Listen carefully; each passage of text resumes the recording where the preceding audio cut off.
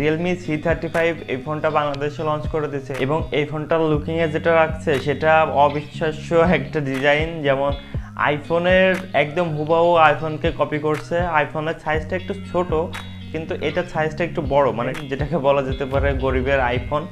তো এটার আজকে আনবক্সিং করব এবং এটার ফিচারে কি কি থাকছে এবং গেমের পারফরমেন্স কেমন হবে এবং সবকিছু মিলায়ে এভারেজ একটা ব্যক্তিগত মতামত জানাবো আমি এই ভিডিওর মাধ্যমে। তো অবশ্যই ভিডিওটা সম্পূর্ণ দেখতে থাকুন। যারা যারা এখনো ভিডিওতে লাইক করেননি অবশ্যই লাইকটা করে দিবেন। যারা যারা এই চ্যানেলে নতুন এবং চ্যানেলটা সাবস্ক্রাইব করেননি অবশ্যই চ্যানেলটা সাবস্ক্রাইব করে রাখবেন। তো চলুন আর দেরি না করে আজকের ভিডিও শুরু করা যায়।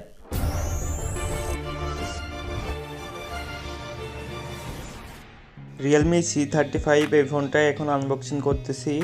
প্রথমত আমি পলিটা কেটে তারপরে বক্সের নিচে পেয়ে যাব আরেকটা বক্স। তো সেটার মধ্যে পেয়ে যাব সিম ইজেক্টর টুলস এবং ম্যানুয়াল গাইড এবং ওয়ারেন্টি কার্ড। তো এটা সাইডে রেখে তারপর পেয়ে যাব আমাদের সেই কাঙ্ক্ষিত ফোনটি। তো কাঙ্ক্ষিত ফোনটির ডিজাইনটা ওপি, মানে দুইটা কালার করছে, ব্ল্যাক কালার এবং এই কালারটা। তো দুইটা কালারই ওপি লেভেলের একটি কালার এবং পিছনে গ্লাস ফিনিশিং দেওয়ার চেষ্টা করছে। তো তারপরে যে পেয়ে যাব আমাদের 18 ওয়াটের চার্জার এবং একটি কেবল। তো এই কালারটা দেখছেন, মানে কালারটা কিন্তু সুন্দর একটি কালার এবং ডিজাইনটা দিচ্ছে কিন্তু একদম আইফোনের মতো। এটাই বক্স কন্টেন্ট। তো চলুন এবার বলা যাক এর ফিচার নিয়ে। প্রথমেই বলা যাক এর ডিসপ্লে নিয়ে। এর ডিসপ্লেতে রাখা হচ্ছে 6.6 ইঞ্চি ফুল এইচডি প্লাস ডিসপ্লে, যার পিপিআই 401 পিপিআই দেওয়ার কারণে এই ফোনটাতে ব্রাইটনেস অনেক ভালো পাবেন। এই ফোনটা আউটডোরে যেও আপনারা খুব সহজে ভালোভাবে ফোনটা ইউজ করতে পারবেন, ব্রাইটনেসের কোনো সমস্যা হবে না।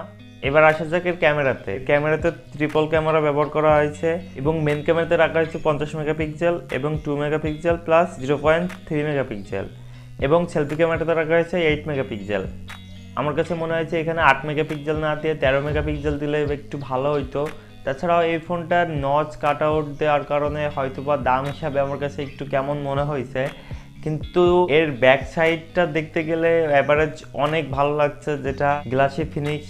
পিছন পার্টে কোনো কমপ্লেন নাই, কিন্তু সামনের পার্টে হয়তোবা কাট আউট নচ না থেকে পাঞ্চল দিলে ভালো হইতো।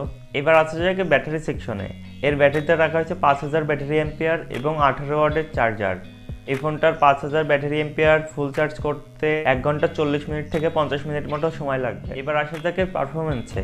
এর পারফরমেন্সে রাখা হয়েছে Android 11 এবং Realme UI 2.0 এবং প্রসেসর সেকশনে রাখা হয়েছে ইউনিসক্সের T616, একটি 12 ন্যানোমিটারের একটি প্রসেসর। এটা এভারেজ G35 G70 মাঝামাঝি যে পারফরমেন্স, সেই হিসাবে এই পারফরমেন্সটা দিবে এই প্রসেসরটাই। এটি একটি ভ্যারিয়েন্টে লঞ্চ হয়েছে 4128। এর দাম রাখা হয়েছে 16,990 টাকা। এই ফোনটাতে ফ্রি ফায়ার এবং পাবজি দুইটাই ব্যবহার করে দেখছি। তো ফ্রি ফায়ারটা খুব স্মুথলি, খুব ভালোভাবে চলতেছে। পাবজি খেলতে গেলে কিছু কিছু সময় অনেক গরম দেখা যাচ্ছে। আসলে অ্যাভারেজ পাবজি খেলতে গেলে ফোনটা একটু গরম হবে, কারণ পাবজিতে যে কোনো ফোন একটু গরম হয় লং টাইম খেললে। যারা আপনারা কম বেশি টুকটাক যারা গেম খেলতে চান ফ্রি ফায়ার গেমটা এই ফোনে, তারা অবশ্যই এই ফোনটা নিতে পারেন। আর লুকিংটা বলতে গেলে একদমই আইফোনের মতো একটা লুকিং। তো আপনারা অবশ্যই এই ফোনটা যদি আপনাদের পছন্দ হয় তো নিতে পারবেন। আজকের ভিডিওটা এতটুকুই। যারা যারা এখনও ভিডিওতে লাইক করেননি এবং চ্যানেলটা সাবস্ক্রাইব করেননি অবশ্যই সাবস্ক্রাইব করে রাখবেন এবং বেল আইকনটা বাজিয়ে রাখবেন, যাতে পরবর্তী ভিডিও মিস না হয়।